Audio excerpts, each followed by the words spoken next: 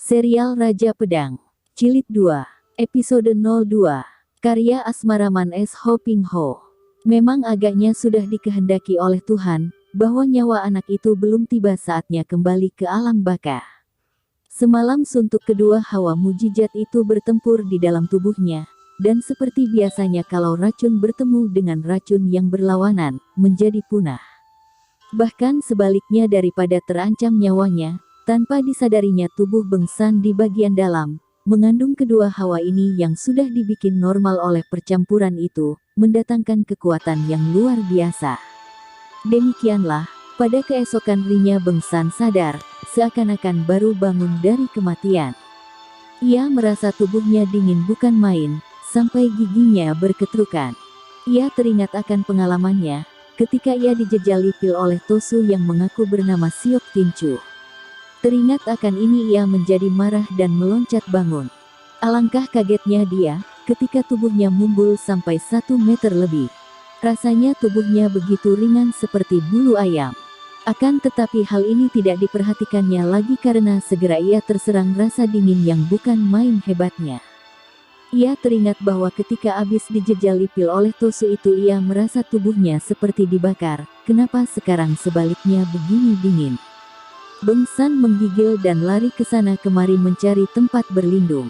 Disangkanya bahwa hawa udara di hutan itu yang luar biasa dinginnya. Kebetulan sekali ia melihat kulit ular atau selongsong kulit ular bergantungan di sebuah pohon besar. Tadinya ia kaget, mengira bahwa itu adalah binatang ular. Akan tetapi setelah dilihat bahwa itu hanyalah selongsong saja, ia segera memanjat pohon dan mengambil selongsong itu. Kiranya seekor ular besar sekali telah berganti kulit di situ dan selongsongnya yang kering tergantung di situ. Beng San seorang anak cerdik. Ia membutuhkan selimut dan selongsong kulit ular ini kiranya boleh dipergunakan sebagai selimut darurat.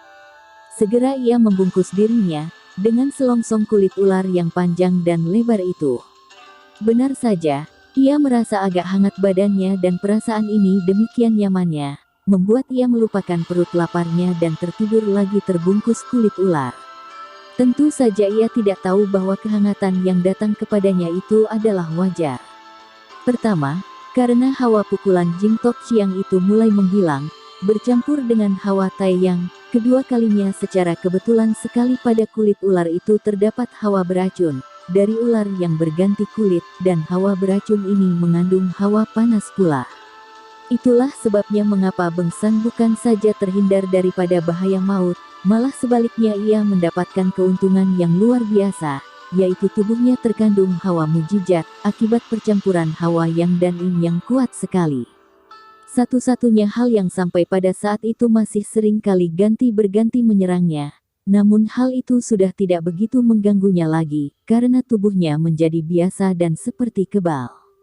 Hanya kulitnya yang masih belum dapat menahan, sehingga tiap kali hawa panas menyerang, kulit tubuh, terutama kulit mukanya menjadi merah seperti udang direbus, akan tetapi tiap kali hawa dingin yang menyerang, mukanya berubah menjadi hijau.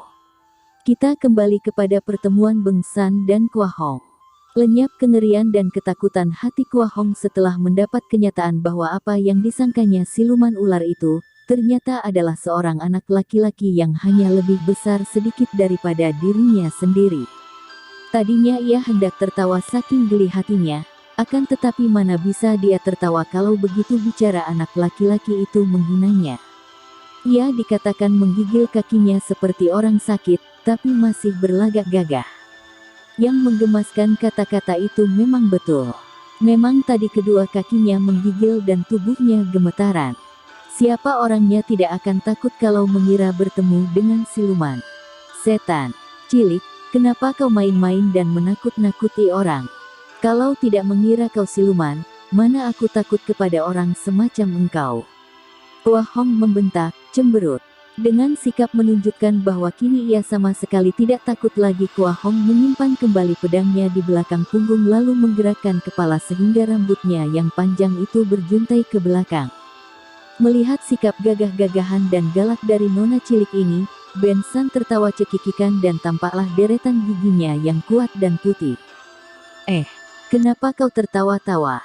Kua Hong penasaran dan marah. Kedua tangan dikepal, matanya bersinar-sinar karena mengira bahwa dia telah ditertawakan.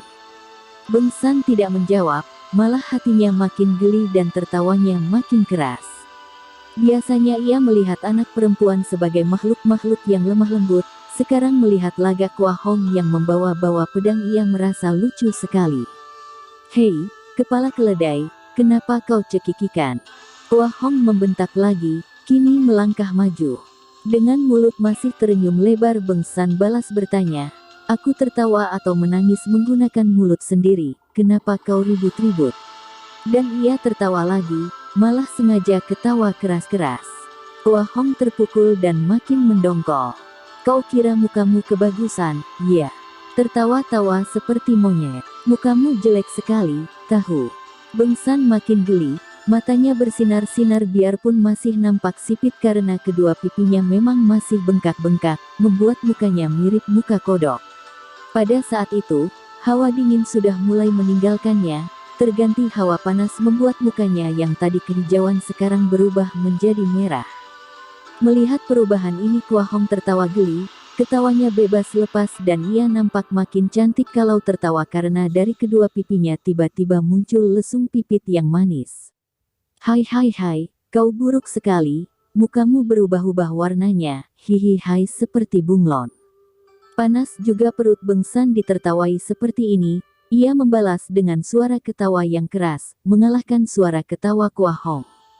"Hahaha, mukamu pun buruk bukan main seperti kuntilanak."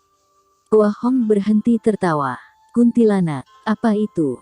Seketika Beng San juga berhenti tertawa karena dia sendiri juga tidak pernah tahu apa macamnya kuntilanak. "Kuntilanak ya kuntilanak, seperti apa?" "Seperti, sudahlah, buruk sekali, seperti engkau inilah." "Bohong," Kua Hong membentak. "Aku cantik manis, semua orang bilang begitu, ayah bilang begitu." Beng San tersenyum mengejek, "Cantik manis. Mungkin sekarang, akan tetapi dulu ketika baru lahir kau ompong dan kisut, buruk sekali." Kua Hong membanting-banting kakinya, ia memang manja dan setiap orang yang melihatnya tentu memuji kecantikan dan kemanisannya. Masa sekarang ada orang yang memburuk-burukkannya seperti ini, mana dia mau menerimanya?